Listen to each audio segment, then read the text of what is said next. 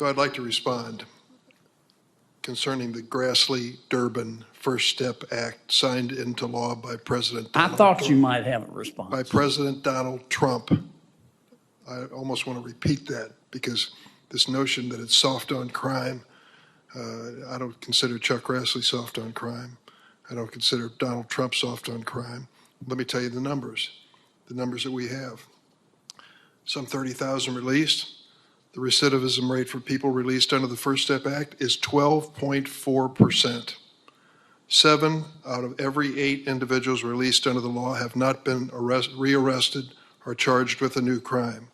By comparison, DOJ estimates that in the decade before the First Step Act was passed, 43% of the people formerly incarcerated in BOP were rearrested within 3 years of their release. Is the First Step Act working? I would submit it is. Would you yield for a question, Mr. Chair? When I finish. I'm sorry. Excuse me for interrupting. The point I'm making is we decided with the Trump administration and Senator Grassley's leadership that we were going to take a different approach to releasing people from prison.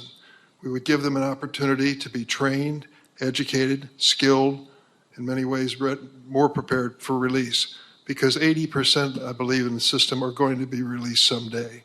We don't want to commit another crime or create another victim. I would submit this is a success. Don't put your head in a bag, or whatever Senator suggested.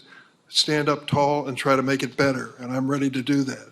But the First Step Act was a constructive reform of the penal system, and I think it was a good idea and stand by it. I'll submit to your question. Thank you. And I appreciate, as usual, Dick, you made good points.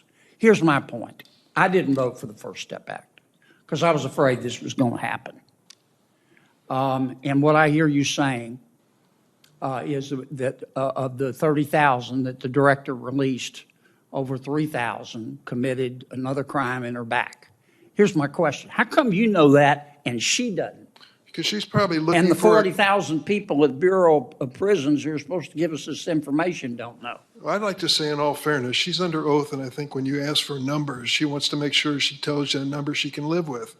I have this information. I think it's probably close to being 100% accurate, but I wouldn't say under oath it is. So I think give her a fair opportunity to respond. I mean, it just might not be the type of thing that comes rolling off the tongue. It's not your job, and I appreciate the information, and I'd like to see the study that shows that. I just don't understand why the director has no idea.